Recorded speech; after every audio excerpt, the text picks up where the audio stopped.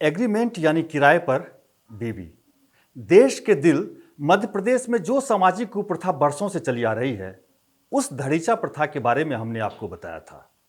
उस मंडी के बारे में जहां महिलाओं का बाजार बोली लगाने के लिए सजता है। आज हम मध्य प्रदेश से ही जुड़ी एक और सामाजिक कुप्रथा के बारे में बात करेंगे। ये कुप्रथा एक बार फिर तब चर्चा में आई जब मध्य प्रदेश के राजगढ़ के एसपी ने दोस्त की बेटी का सौदा करने के आरोपी बुजुर्ग को हनुमान मंदिर में फिर ऐसा नहीं करने की कसम खिलाई। सवाल उठे कि एसपी ने कानूनी कार्रवाई करने के बजाय कानून तोड़ने वाले को यह छूट क्यों दी। बहू बेटी का सौदा करने वाली इस कुप्रथा का नाम है नातरा झगड़ा प्रथा। पंचों की मौजूदगी में कहां सस्ता है ये बाजार और कैसे इस बाजार में बेची जाती हैं बहु बेटियां। कर्तव्य पथ में आज होगी इसकी बात। नमस्कार, मैं हूं रविशंकर प्रसाद। मध्य प्रदेश के राजगढ़ में पंचायत बैठती है और इस पंचायत में बोली लगनी शुरू होती है। 5 लाख 10 लाख से लेकर ये बोली 12 लाख तक पहुंच जाती है और सबसे ज्यादा बोली लगाने वाले को सौंप दी जाती है बहू बेटी। इस मंडी में बहू बेटी को बेचने वाला कोई और नहीं, उन्हीं के परिवार वाले होते हैं। कई बार शादी के बाद पति पत्नी को या पिता बेटी को बेच देता है। इस बार यह मामला खास वजह से सुर्खियों में है।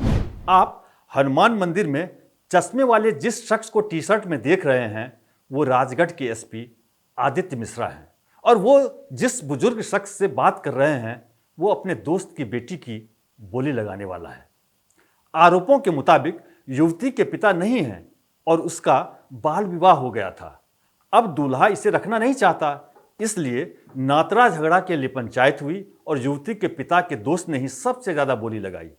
ये बात जब राजगढ़ के एसपी तक पहुंची तो उन्होंने युवती को आजाद कराया और दोनों पक्षों को लेकर हनुमान मंदिर पहुंच गए, जहां बुजुर्ग शख्स ने युवती के सिर पर हाथ रखकर माफी मांगी और फिर दोबारा ऐसा नहीं करने की कसम खाई।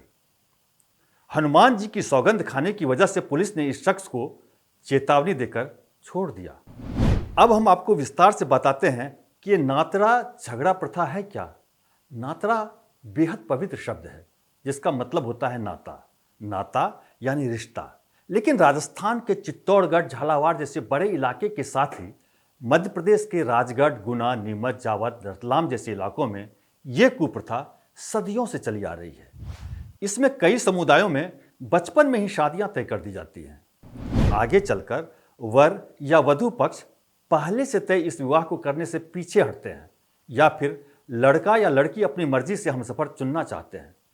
इससे बवाल हो जाता है। उन्हें और उनके परिवार को सामाजिक पंचायतों में पेश होना पड़ता है। ये पंचायतें शादी तोड़ने की एवज में उन पर झगड़ा यानी जुर्माना चुकाने का फरमान जारी करती हैं। ये एक पुरुष प्रधान प्रथा है जिसका भुक्तभोगी प्रायः लड़की पक्ष को ही बनना पड़ता है।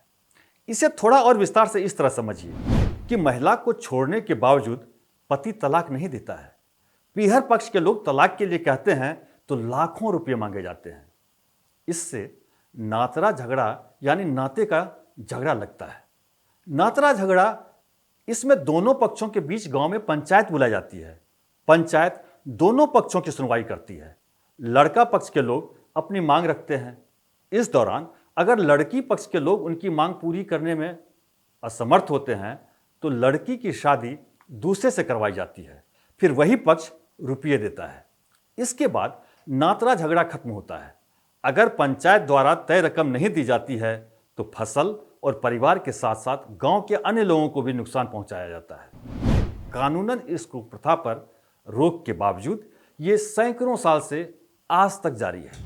आप जानकर हैरान हो जाएंगे कि बीते 3 साल में नातरा झगड़ा के 458 मामले सामने आए हैं जो पुलिस ने दर्ज किए हैं।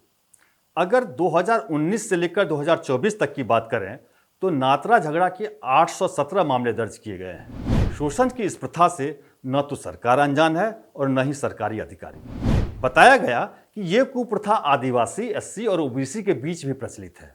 हालांकि जागरूकता बढ़ने के बाद प्रशासन से लेकर कुछ स्थानीय गैर सरकारी संगठन इसे रोकने के लिए सक्रिय हुए हैं। लाल चुनर नाम की एक संस्था लड़कियों को उत्पीड़न से बचाने के लिए आगे आई है।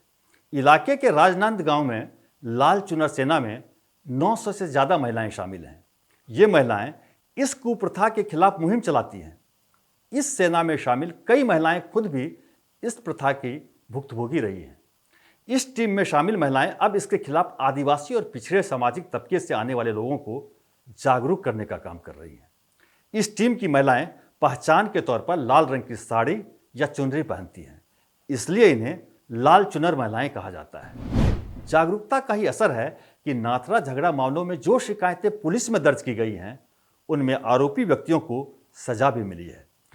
इस कुप्रथा को अगर कानून के नजरिए से देखा जाए तो यह शुद्ध रूप से मानव तस्करी का मामला है और इस कुप्रथा की जड़ में बाल विवाह, बाल सगाई और जागरूकता की कमी है। यही वजह है कि इस कुप्रथा को दूर करने के लिए पुलिस प्रशासन का भी सारा जोर जागरूकता पर है। लेकिन हाल के मामले में बुजुर्ग के द्वारा दोस्त की बेटी के सौदे से पुलिस के रवैये पर सवाल खड़े हुए हैं। क्या आरोपी बुजुर्ग को सलाखों के पीछे भेजने के बजाय हनुमान मंदिर में कसम खिलाकर सुधारने की कोशिश जायज है? आप क्या सोचते हैं? अपनी राय कमेंट बॉक्स में लिखें और ये वीडियो विश्लेषण पसंद आया हो तो इसे लाइक और चैनल को सब्सक्राइब करें।